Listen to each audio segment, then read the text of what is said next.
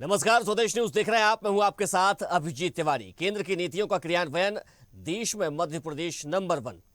केंद्र सरकार की जन कल्याणकारी योजनाओं और नीतियों के प्रभावी क्रियान्वयन में मध्य प्रदेश ने पूरे देश में अपनी अलग पहचान बनाई है। नीति आधारित सुशासन, समयबद्ध अमल और जनहितकारी योजनाओं की बेहतर मॉनिटरिंग के कारण मध्य प्रदेश देश में अग्रणी राज्य बनकर के उभरा है। मध्य प्रदेश के मुख्यमंत्री डॉक्टर मोहन यादव के सशक्त नेतृत्व, दूरदर्शी सोच और नवाचार आधारित नीतियों के दम पर मध्य प्रदेश विकास की नई ऊंचाइयों को छू रहा है। सुशासन, निवेश, आधारभूत संरचना, कृषि, उद्योग और जन कल्याण के क्षेत्रों में लगातार किए जा रहे फैसलों ने प्रदेश को प्रगति के पथ पर अग्रसर किया है। नीति निर्माण से लेकर उसके प्रभावी क्रियान्वयन तक मध्य प्रदेश अपनी अलग पहचान बना रहा है। सरकार का फोकस पारदर्शी प्रशासन, तेज निर्णय प्रक्रिया और नवाचारों के जरिए प्रदेश को विकसित और आत्मनिर्भर बनाने पर है। इसी सोच के साथ मध्य प्रदेश विकास, सुशासन और जन विश्वास का नया मॉडल बनकर उभर रहा है। जगदीशपुर में आयोजित विशेष कैबिनेट बैठक के बाद मुख्यमंत्री डॉक्टर मोहन यादव ने कहा कि नीति आधारित सुशासन के मामले में मध्य प्रदेश पूरे देश में नंबर 1 राज्य बनकर के उभरा है। उन्होंने कहा कि प्रदेश के लिए यह गर्व की बात है कि भारत सरकार की नीतियों और सुझावों का सरलीकरण कर उन्हें सबसे तेज और प्रभावी ढंग से लागू किया जा रहा है।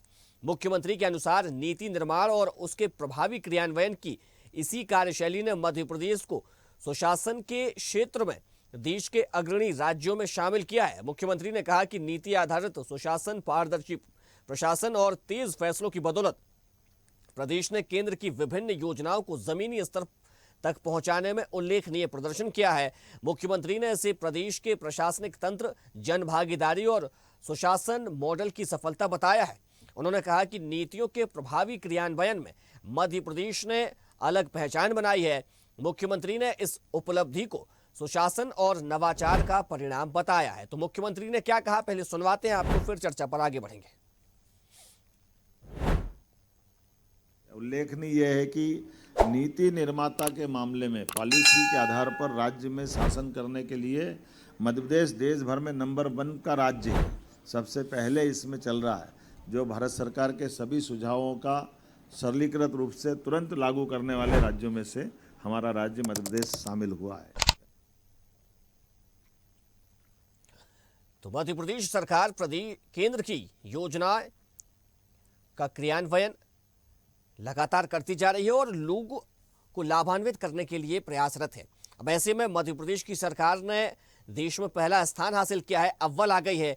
तमाम नीतियों को, केंद्र की तमाम नीतियों को मध्य प्रदेश में लागू किया जा रहा है और लोगों को उससे जोड़ा जा रहा है, लाभान्वित कराया जा रहा है। तमाम सारी ऐसी नीतियां हैं, तमाम ऐसी योजनाएं हैं केंद्र की जो मध्य प्रदेश में धरातल पर उतर रही है। चाहे उसमें पीएम स्वनिधि योजना हो, चाहे दूसरी योजनाओं की बात करें हम, आयुष्मान कार्ड योजना हो, या फिर कई अन्य पीएम आवास योजना हो, पीएम शहरी और ग्रामीण आवास योजना है।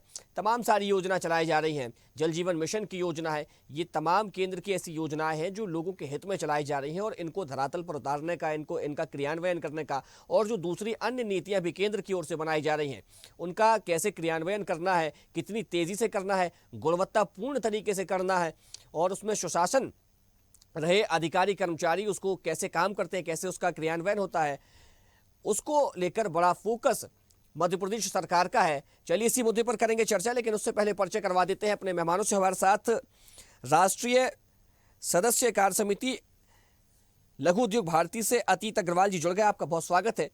साथ ही वरिष्ठ पत्रकार मोहनलाल मोदी जी हमारे साथ जुड़ गए, आपका बहुत स्वागत है। और वरिष्ठ पत्रकार दीप्ति चौरसिया जी हमारे साथ जुड़ गई, आपका भी बहुत स्वागत है। चर्चा की शुरुआत मैं अतीत जी से करूंगा। अतीत जी, मध्य प्रदेश की सरकार के नाम एक और उपलब्धि हुई है। केंद्र की जो नीतियां हैं, केंद्र की जो योजनाएं हैं, उनको धरातल पर उतारने में मध्य प्रदेश ने अपना प्रथम स्थान हासिल कर लिया है। अब ऐसे में जो योजनाएं चलाई जा रही हैं, नीतियां बनाई जा रही हैं, चाहे हम पीएम स्वनिधि की बात करें, किस प्रकार से लोग लाभान्वित हो रहे हैं?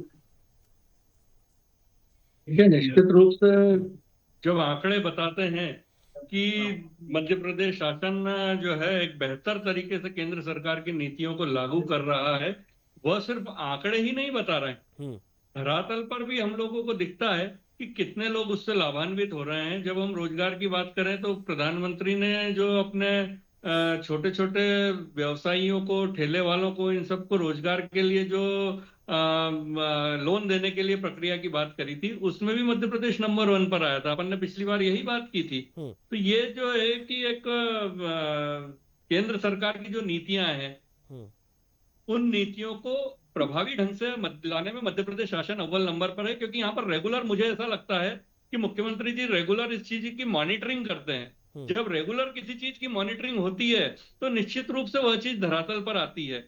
ऐसा ही जो है वो मध्य प्रदेश शासन की जो खुद की नीतियां हैं, उसको भी धरातल पर लाने के लिए यही प्रक्रिया अपनाई जाती है। इसलिए जो है 2.5 साल में मध्य प्रदेश कई क्षेत्रों में अग्रणी हो गया और नंबर 1 पर आ गया। जी देखिए, आप अतीत जी चूंकि लघु उद्योग भारती से हैं, आप खुद उद्योग से को लेकर काम करते हैं। तमाम सारे ऐसे लोग हैं जिनको प्रशिक्षित करने का काम भी आपकी संस्था करती है। जब लोग ऋण लेने के लिए पहुंचते हैं बैंक में, तो किस तरह से अब उन्हें ऋण उपलब्ध कराया जा रहा है? पीएम स्वनिधि के तहत या दूसरी योजनाओं के तहत? कहाँ पर उनको परेशानी जाती थी, लेकिन जब से सरकार ने इसको लेकर सरलीकरण किया है, क्या उससे अब लाभ मिल रहा है? देखिए, इस मामले में मैं दोनों बातें कहूंगा, सरकार की भी और उद्यमी और जो छोटे रोजगार वाले जो लोग बिना कोलेटरल सिक्योरिटी के लोन लेने जाते हैं बैंक में, उनकी भी। जहां जहां पर भी प्रशासन के माध्यम से इस चीज की रेगुलर मॉनिटरिंग हो रही है कि बैंकें इन छोटे कर्जों को दे रही है या नहीं दे रही है, और सुपात्र लोगों को दे रही है या नहीं दे रही है, वहां पर जो कलेक्टर के माध्यम से इस चीज की अगर व्यवस्थित तरीके से मॉनिटरिंग हो रही, तो वहां पर उन लोगों को लोन भी मिल रहा है, और वो लोग अपने खुद के व्यापार में, छोटे छोटे जो व्यापार है, जैसे सब्जी वाले, ठेले वाले, इन सब के व्यापार में वो उस पूंजी से प्रगति भी कर रहे हैं। लेकिन पूरे प्रदेश में इसमें मॉनिटरिंग में कहीं ना कहीं कमी है। उद्योगों में भी अगर बात की जाए तो हर व्यक्ति को सीजीटीएसएमई के अंतर्गत, सीजीटीएसएमई एक वो योजना है जिसमें केंद्र सरकार गारंटी देती है कोलेटरल फ्री लोन उपलब्ध कराया जाए उद्यमियों को, जिनके पास गिरवी रखने के लिए कोई मकान, दुकान, इस तरीके की कोई प्रॉपर्टी नहीं है, ऐसे लोग भी उद्यम कर सकें, व्यापार कर सकें। इसके लिए उन्हें सीजीटीएसएमई योजना के अंतर्गत लोन उपलब्ध कराया जाता है, जिसमें गारंटी जो है वो केंद्र सरकार देती है। इस योजना में भी मध्य प्रदेश लगभग नंबर 1 पर है, क्योंकि काफी यहाँ पर इस योजना के अंतर्गत लोन दिए जा रहे हैं। लेकिन कुछ कुछ उद्यमियों की शिकायतें आती हैं कई बार कि हमें लोन नहीं मिल रहा है। तो सिर्फ एक यही बात नहीं होती, उद्यमी के स्वयं का एक ट्रैक रिकॉर्ड भी होता है। अगर उसकी सिविल अच्छी नहीं होगी तो उसे ये लोन भी नहीं मिलेगा। इसमें सरकार की गलती नहीं है। इसलिए मैं ये कहना चाहता हूं कि सरकार भी अपने अच्छे तरीके से काम करे, और जो बैंकें अगर अच्छा ट्रैक रिकॉर्ड होने के बावजूद अगर नहीं दे रही है लोन, तो उसको दंडित भी करे। क्योंकि मध्य प्रदेश में ऐसा काम थोड़ा सा बेहतर और प्रभावी ढंग से हो रहा है, इसलिए मध्य प्रदेश नंबर 1 पर आ गया। जी ठीक है मोहनलाल जी, मुख्यमंत्री ने ये जानकारी दी है कि केंद्र की जो नीतियां हैं उनको धरातल पर उतारने में मध्य प्रदेश अव्वल है। लेकिन जब हम धरातल पर उतारने की बात करते हैं, हम अव्वल की बात करते हैं, तो उसके पीछे एक बहुत बड़ा तंत्र काम करता है, और उस तंत्र को सक्रिय बनाए रखने का काम मुख्यमंत्री डॉक्टर मोहन यादव ने किया है। क्या कहेंगे? अभिजीत, इसमें पहले हमें ये देखना पड़ेगा मुखिया का रुझान क्या है। जब लोकतंत्र में, चाहे वो कैबिनेट मंत्रालय हो या फिर वो नौकरशाही हो, जब वो देखती है कि मध्य प्रदेश का मुख्यमंत्री प्रधानमंत्री नरेंद्र मोदी के विजन को अपना मिशन मानता है, तो फिर ये समझ में आ जाता है कि उसे चलना किस ओर है। और जाहिर है, जब जनहित की सरकार केंद्र में स्थापित हो और उसका अनुसरण मध्य प्रदेश शासन कर रहा हो, तो फिर नौकरशाही को स्पष्ट हो जाता है उसे जनहित में काम करना ही होगा। और जब ये धारणा बनती है तो कुछ मजबूरी बस और कुछ संस्कार बस, नौकरशाही दो तरह की होती है। एक प्रतिकूल विचारधारा के लोग भी होते हैं, एक अनुकूल विचारधारा के लोग भी होते हैं। तो अनुकूल विचारधारा के लोगों को स्वतः काम करना ही है, क्योंकि साख जो है सरकार की दांव पे रहती है। जो प्रतिकूल धारा के लोग हैं वो मजबूरी बस काम करते हैं। तो दिख रहा है हमको मुखिया का रुझान क्या है। तो चूंकि मुखिया का रुझान जनहित की ओर है, तो नौकरशाही को इसको जाना ही पड़ता है। जैसे अभी मित्र हमारे अग्रवाल साहब कह रहे थे कि कुछ लोग हैं जो थोड़ा सा निचले स्तर पर क्रियान्वयन में रोड़ा अटकाते भी हैं, और कुछ मजबूरी बस या व्यवस्थाओं के तहत अटक जाते हैं। तो इस तरह की जो चीजें हैं ये और बेहतर होंगी, क्योंकि अभी हमने कुल मिला के 2.5 साल का कार्यकाल देखा है मुख्यमंत्री जी का। क्योंकि अब तो मैं मानता हूँ कि अब वो मैच्योर हुए हैं। भाई पहला कार्यकाल है मुख्यमंत्री होने के नाते, अभी वो कैबिनेट मंत्री हुआ करते थे, अब मुख्यमंत्री है। अब 2.5 साल में ये मान के चलिए कि उन्होंने अब एक हायर एजुकेशन में उन्होंने दाखिला ले लिया है, और अब उनको खेलने में भी मजा आएगा और खेल देखने में हमें मजा आएगा। जहां तक नंबर 1 होने की बात है, तो देखिए ये बहुत बड़ी बात है। वो तीसरी पंक्ति के नेता थे, और वहां उनको खुद नहीं मालूम था मुख्यमंत्री होने में आने वाला है। एक पल पहले तक उनको नहीं था, लेकिन जब प्रधानमंत्री ने या उस वक्त के जो अध्यक्ष थे माननीय अमित शाह, उन्हें विश्वास जब जाहिर किया कि नहीं, ये तीसरी पंक्ति बैठे व्यक्ति में ऊर्जा है, ये समर्पित है संगठन के लिए, तो ये मुख्यमंत्री बेहतर रहेगा। तो ये एहसास नहीं है मोहन यादव को भी है, और निश्चय वो खड़े उतर रहे हैं उनकी अपेक्षाओं पर, और मैं समझता हूँ आने वाला 2.5 साल और बेहतर होने वाला है। सही बात है मोदी जी, बिल्कुल दीप्ति सही जी, बात है। दीप्ति जी, जिस प्रकार से ये कहा जा रहा है कि मध्य प्रदेश सरकार केंद्र की नीतियों को धरातल पर तेजी के साथ उतार रही है, क्या नजर आ रहा है आपको, कैसे ये संभव हो पा रहा है? मैं मोहनलाल जी की बात से बिल्कुल मैं सहमत हूं। आऊंगा आपके क्या पास, है मैं आऊंगा अतीत जी, मैं आऊंगा क्या आपके है? पास। सवाल मेरा दीप्ति जी से था। अच्छा, माफ तो कीजिए। ये संभव होने तो तभी है जब सारे, बोलते हैं ना, सारे सेक्टर एक साथ काम करेंगे, या किसी कोई गाड़ी को हाईवे पे दौड़ने के लिए हम कहेंगे कि जब तक चारों चक्के एक साथ नहीं चलेंगे, पूरा बैलेंस नहीं होगा, तब तक वो आगे कैसे बढ़ेगा। तो इसमें 2-3 चीजें बहुत महत्वपूर्ण है कि मध्य प्रदेश सरकार की अपनी योजनाएं हैं, दूसरा राज्य सरकार की अपनी योजनाएं हैं। लेकिन अगर मध्य प्रदेश सरकार की योजनाओं, राज्य केंद्र सरकार की योजनाओं की बात करें, तो केंद्र सरकार की जो योजनाएं हैं उसमें से कुछ में तो मध्य प्रदेश में बहुत पॉजिटिव रिजल्ट है। जैसे कि पीएम स्वनिधि है, उसमें लगभग कई सारी महिलाओं ने लोन लिया है, जो पीएम स्वनिधि है, क्योंकि मैंने फील्ड में भी स्टोरी करी थी, तो कई सारी महिलाओं ने बहुत छोटा छोटा लोन लिया, 15,000 का, 25,000 का, 30,000 का, जो 3 बार उनको मिलता है। और उन्होंने कहीं ना कहीं अपने जो जीवन यापन है उसके लिए, मतलब पहले वो ज्यादा परेशान होती थी, पर फिर घर पे अपने छोटे मोटे काम शुरू करके उस लोन से उन्होंने खुद को बड़ा किया, मतलब खुद को आर्थिक तौर पर इस्टेब्लिश करा। तो निश्चित ही जब आर्थिक होंगे तो सामाजिक भी इस्टेब्लिश होंगे।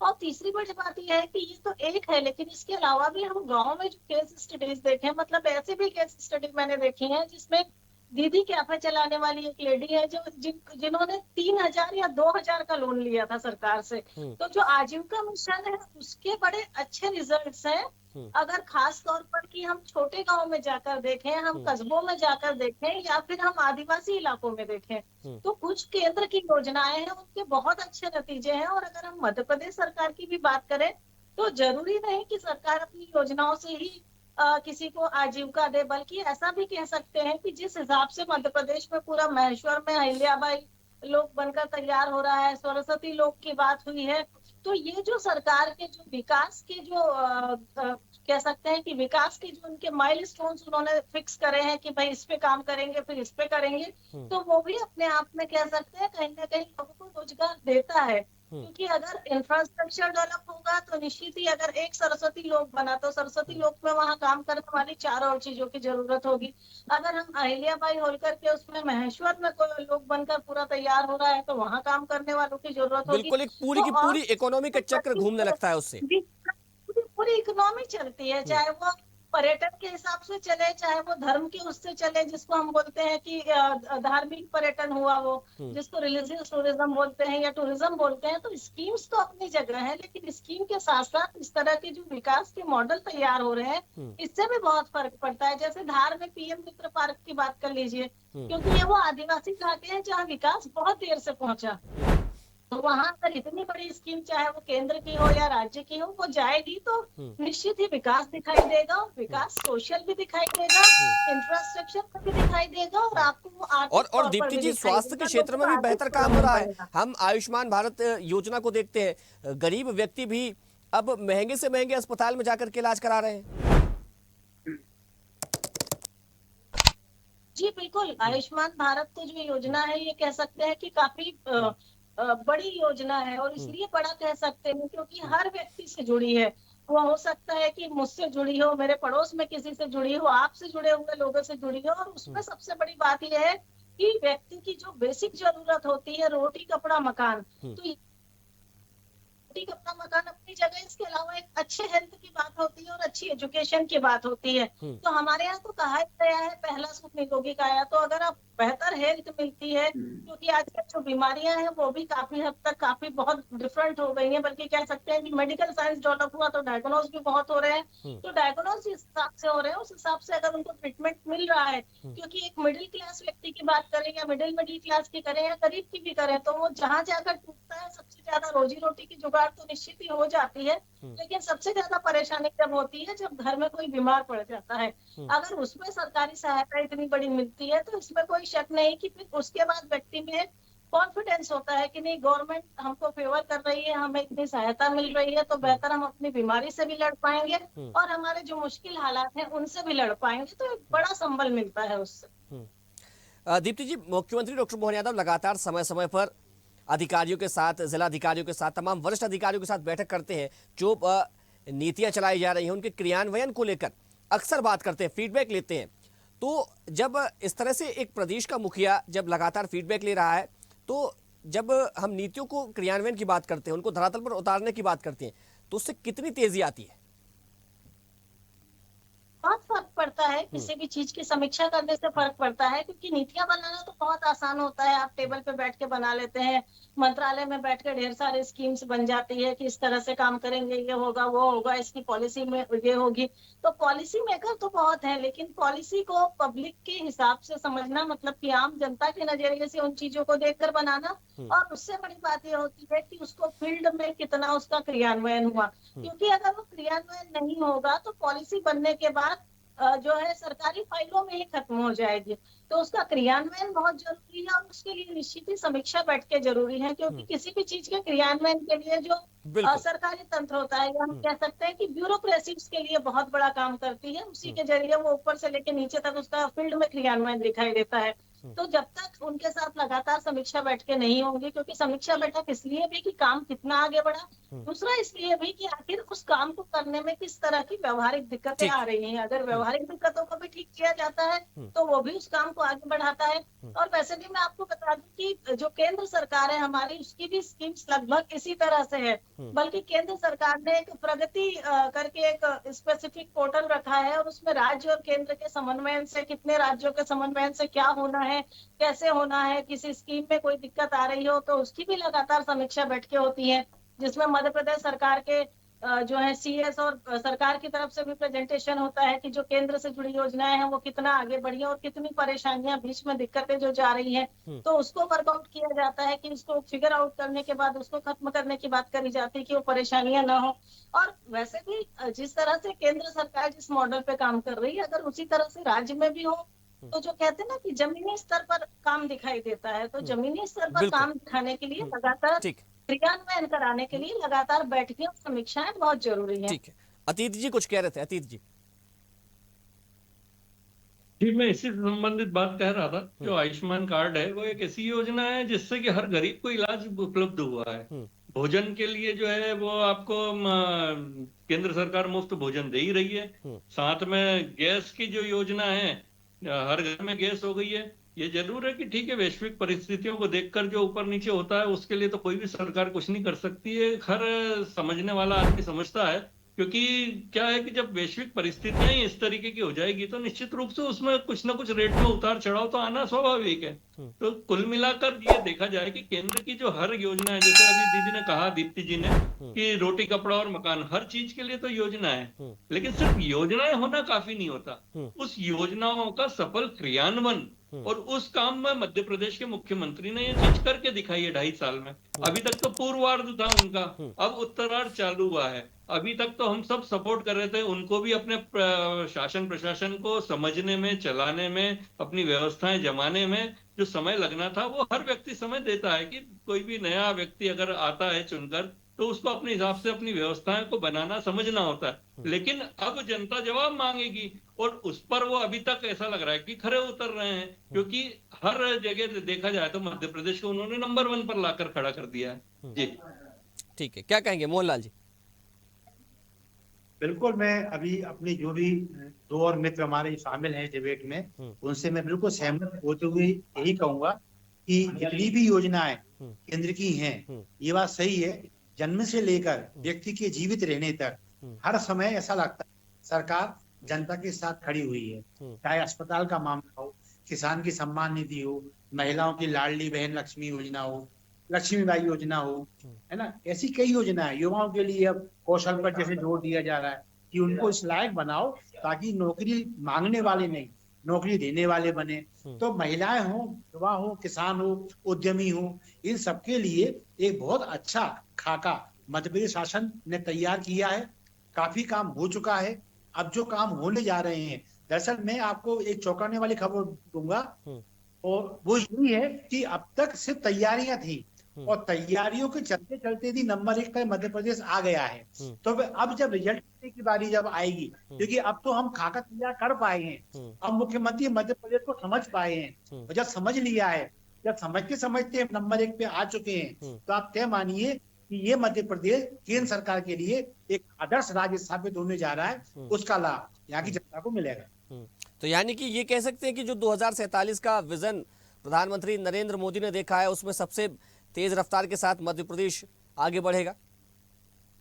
हाँ बिल्कुल, हम भाई जहां तक हम लोकसभा में तो हम देख ही चुके हैं कि बिल्कुल कांग्रेस के पास अब खड़े होने जगह नहीं है। अब रह गई विधानसभा, तो विधानसभा की बात स्थिति यही आती है कि इस वक्त यहाँ भाई विपक्ष ने कुछ भी हवा बिगाड़ने की प्रयास किया, पेट्रोल को लेके, डीजल को लेके, एलपीजी को लेके, अंततः युद्ध के ऊपर नीचे होते होते ना तो हमें बहुत ज्यादा कीमतें ऊपर नीचे करना पड़ी, ना हमारी आपूर्ति पे असर आया।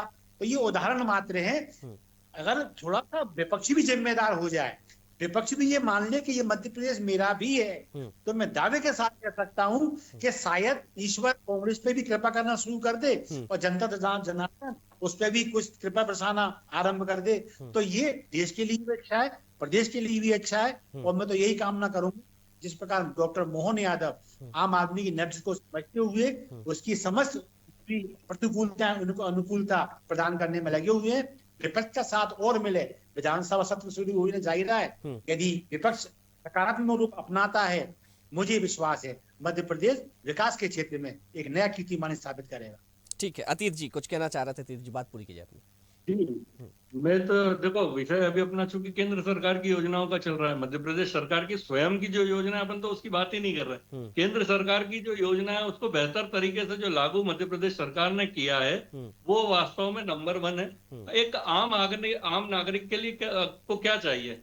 शिक्षा, स्वास्थ्य और सुरक्षा, ये जो 3 मुख्य मुद्दे हैं, इनके ऊपर जो केंद्र सरकार की योजनाएं हैं कि शिक्षा के लिए अगर आप देखा जाए तो समग्र शिक्षा अभियान चलाते हैं, पीएम श्री स्कूल अपने पूरे प्रदेश में अपन देख ही रहे हैं, जगह जगह बने गए हैं। पीएम पोषण योजना का प्रभावी क्रियान्वयन हो रहा है। राष्ट्रीय छात्रवृत्ति पोर्टल जो है उसके ऊपर जो है बेहतर काम हो रहा है। पीएम रिसर्च फेलोशिप वो भी मध्य प्रदेश में मिल ही रही है। स्वयं करके एक निशुल्क ऑनलाइन शिक्षा का अपना पोर्टल है, उसके ऊपर भी मध्य प्रदेश में काम हो रहा है। स्किल डेवलपमेंट को लेकर अगर अपन बात करें तो प्रधानमंत्री कौशल विकास योजना है। जन शिक्षण संस्थान जो है वो ग्रामीण और वंचित वर्गों के लिए जो कौशल प्रशिक्षण देने का एक माध्यम है, वो भी मध्य प्रदेश में अपनी उपस्थिति दर्ज करा चुके हैं। नेशनल अप्रेंटिसशिप की जो प्रोग्राम है वो आईटीआई के साथ में मध्य प्रदेश के आईटीआई में लागू है। जी निश्चित तौर पर तो ये जो तमाम नीतियों के क्रियान्वयन है, मध्य प्रदेश सरकार लगातार